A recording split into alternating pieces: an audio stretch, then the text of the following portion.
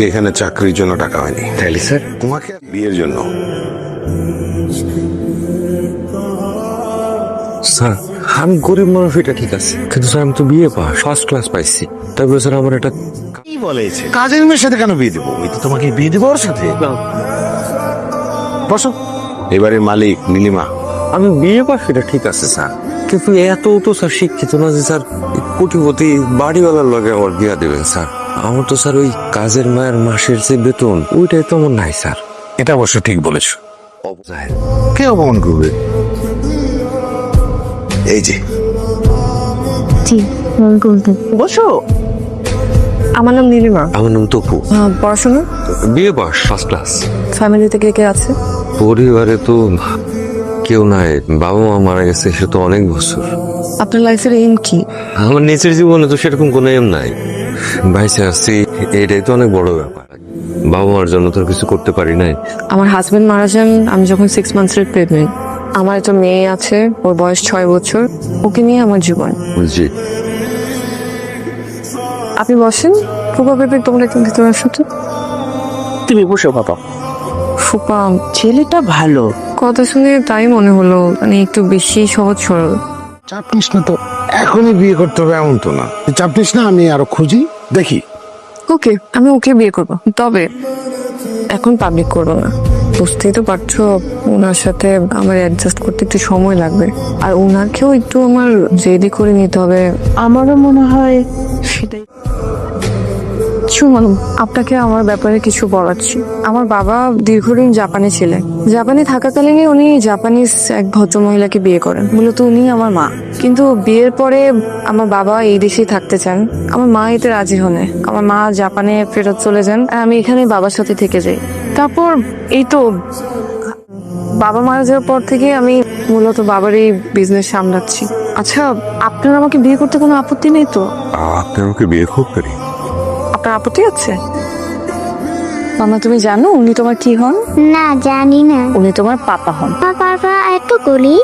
হ্যাঁ, পাপা একটু গরিব, কিন্তু মা তো বড় লোক। তাতে কোনো প্রবলেম আছে? না, কোনো প্রবলেম নেই। তারপর আম্মা আমরা কই যাবো কালকে? কক্সবাজারে। কক্সবাজারে? কে কে যাবো আমরা ঘুরতে? মা, আমি, তুমি। আমরা তিনজন শুধু? আর কালকে কি আমরা কক্সবাজারে যেতে পারবো নাকি অন্য কোথাও যাবো? ঠিক আছে, আপনি তাহলে আপনার রুমে গিয়ে শুয়ে পড়েন।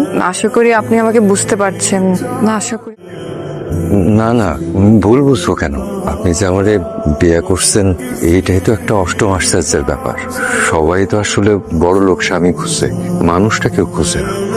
আপনি তাহলে থাকেন, আমি চাই।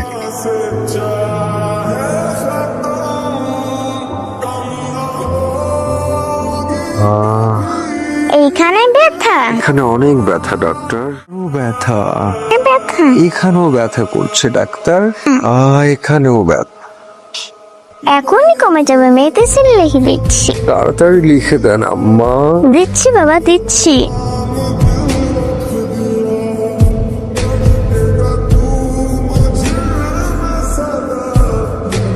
তবু কিছু বলবেন? না মানে আপনার কিছু লাগবে কিনা সেই জন্য আর কি। ও, আসুন না, ভিতরে আসুন। অঞ্জলিকে স্কুল থেকে আনার সময় কথা দেয়। আচ্ছা, ওকে আজকে ড্রাইভার আনবে। আপনি কি আমার সঙ্গে আজকে একটু অফিস যেতে পারবেন? মানে আজকে এত মিটিং এর প্রেশার, অনেক কাজ, আমার সবকিছু এলোমেলো লাগছে। আপনি যদি যেতেন তাহলে আমার খুব হেল্প হতো। অবশ্যই পারবো, আমি রেডি হয়ে আইতেছি।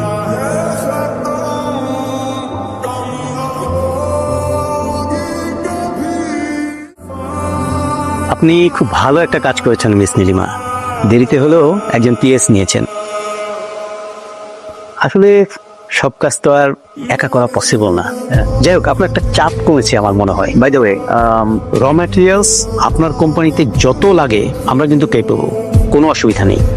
না না, আই থিঙ্ক এক জায়গা থেকে সবকিছু নেওয়ার কোনো প্রয়োজন নেই। মানে আপাতত যতটুকু চাওয়া হয়েছে অতটুকু প্রোভাইড করলেই হয়। ওকে, ঠিক আছে, তাহলে আমি পেপারস রেডি করি। আজকেই তাহলে ডিড হয়ে যাক। No problem. তবু সাহেব, আপনার সাথে একটু কথা ছিল আমার। বসুন প্লিজ। তবু সাহেব, কেমন আছেন? জি ভালো আছি স্যার। এখানে জয়েন করেছেন কতদিন হয়? এই মাসখানেক হলো। একটা পার্সোনাল কোশ্চেন করি। করেন স্যার। বেতন কত পান? 30,000 টাকা। আপনাকে আমার খুব পছন্দ হয়েছে, এনে কয়েক মাস আমার কোম্পানিতে জয়েন করে বেতন ডাবল দেব, 60,000। 1 মাসে? একটু পার্সোনাল কিন্তু। কোনো অসুবিধা নেই স্যার, যে কোনো ব্যাপারে আমার ফোন দিয়েন। আপনার ম্যাডাম তো বাসায় একাই থাকেন, মানে সিঙ্গেল মাদার। হ্যাঁ, আপনার ম্যাডামকে কিন্তু আমার খুব ভালো লাগে। আপনার ম্যাডামের ব্যাপারে একটু কথা বলার জন্য, ওনার সম্বন্ধে একটু জানার জন্য আমি কিন্তু মাঝে মধ্যে আপনাকে ফোন দেবো। ঠিক আছে স্যার। আর এটা কেন করছেন না?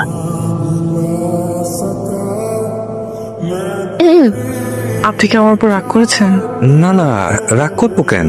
আসলে আপনাকে আমার পিএস বললো, আমিও কেন যে ওখানে কিছু বলতে পারলাম না, বুঝলাম না। এটাতে তো আমি কিছু মনে করি নাই। আর দুনিয়াতে সব স্বামী তো তার বউয়ের কাছে পিহেস। না, আমি আপনাকে তো বলেছিলাম যে আপনাকে যে আমারে আসলে আপনার জামাই জামাই লাগে না, আর আমারে আপনার জামাই হিসেবে পরিচয় দেওয়া একটা শরমের ব্যাপার। আসলে হয়েছে কি, সারা জীবন গ্রামে ছিলাম তো, কোনদিন সুনো পাউডার মুখে দেই নাই। যে এখন দিতেছি, দেখবেন 2 মাসের মধ্যে না একদম সায় হয়ে যাবো। আপনার আমার সাথে অফিস যাওয়া লাগবে না। তোর কি যে কর না, সবাই তো আসলে তার বইয়ের পিএসি, কেউ ঘরে আর কেউ বাইরে। আমার কিন্তু ব্যাপারটা ভালোই লাগতেছে। কেমন? এইটা পরে বলবো না।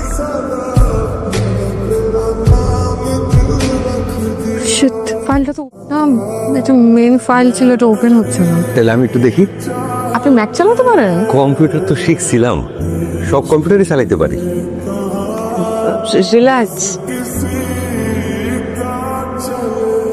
নেন, হয়ে গেছে। কিভাবে করলেন? ওই আপনার ডিএমজি ফাইলের বোধ হয় কিছু একখান মিসিং হয়ে গেছিল। Thank you. ও ভালো কথা। নীলিমার পিএস তো এখন আমার হাতে। সরি, আমি যা বলি সব শোনে। নীলিমার পিএস কে দিয়ে নীলিমাকে হাত করতে পারি, নীলিমাকে ব্যাংকক নিয়ে যেতে পারি। তুমি সাকসেস হইলেই আমরাও সাকসেস। তবু সাহেব, আসেন আসেন আসেন, বসেন, আপনার জন্য অপেক্ষা করছিলাম। সরি স্যার, আমার মনে হয় আসতে একটু দেরি হয়ে গেল। শোনেন, আপনাকে আগে পরিচয় করে দিচ্ছি। উনি হচ্ছেন এইচপিআর গ্রুপের সিইও বাদল সাহেব, আর উনি হচ্ছেন টেকনোয়াই গ্রুপের সিইও জনাব মেহরাব সাহেব। স্যার, বসেন বসেন। বুঝে শুনলাম আপনার স্যালারি মাত্র নাকি 30,000 টাকা। শুনে খুবই কষ্ট লাগলো। পরবর্তীতে আমার কোম্পানিতে আপনি 1 লাখ টাকা স্যালারিতে জয়েন করুন। আমি তো সেটাই বলছি, আপনি আমার কোম্পানিতে জয়েন করেন। রাখেন তো ভাই, তপু সাহেবকে আমার খুব ভালো লাগছে। তপু সাহেব আমার এখানেই জয়েন করবে। আমি যে কি বলবো স্যার, বুঝতেই পারতেছি না। এক্সকিউজ মি, আমার ফোন আসছে, আমি একটু আসছি। শোনেন টপু সাহেব, আপনি আমার অফিসে জয়েন করবেন।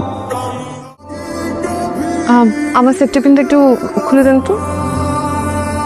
সেফটি পিনটা একটু খুলে দিন।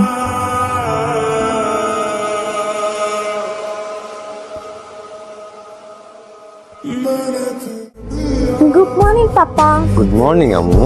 এই ডিমটা খেয়ে যাও। আপনি আজকে অফিসে যাবেন না? আজকে ফ্যাক্টরি বন্ধ, আমি আজকে বেরোবো।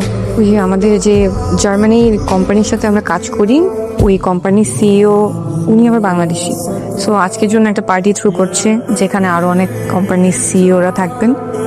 শুনেন, আজকে থেকে আমরা একই রুমে থাকবো। আপনি বাথরুমে সাজাতে বলবেন? পারি। আপনি আজকে শেরওয়ানি পরেন। আচ্ছা। আমিও যে পার্টি থেকে ফেরার পথে একটা পার্লারে ঢুকে একটু হালকা পাতলা সেজে আসবো। আচ্ছা।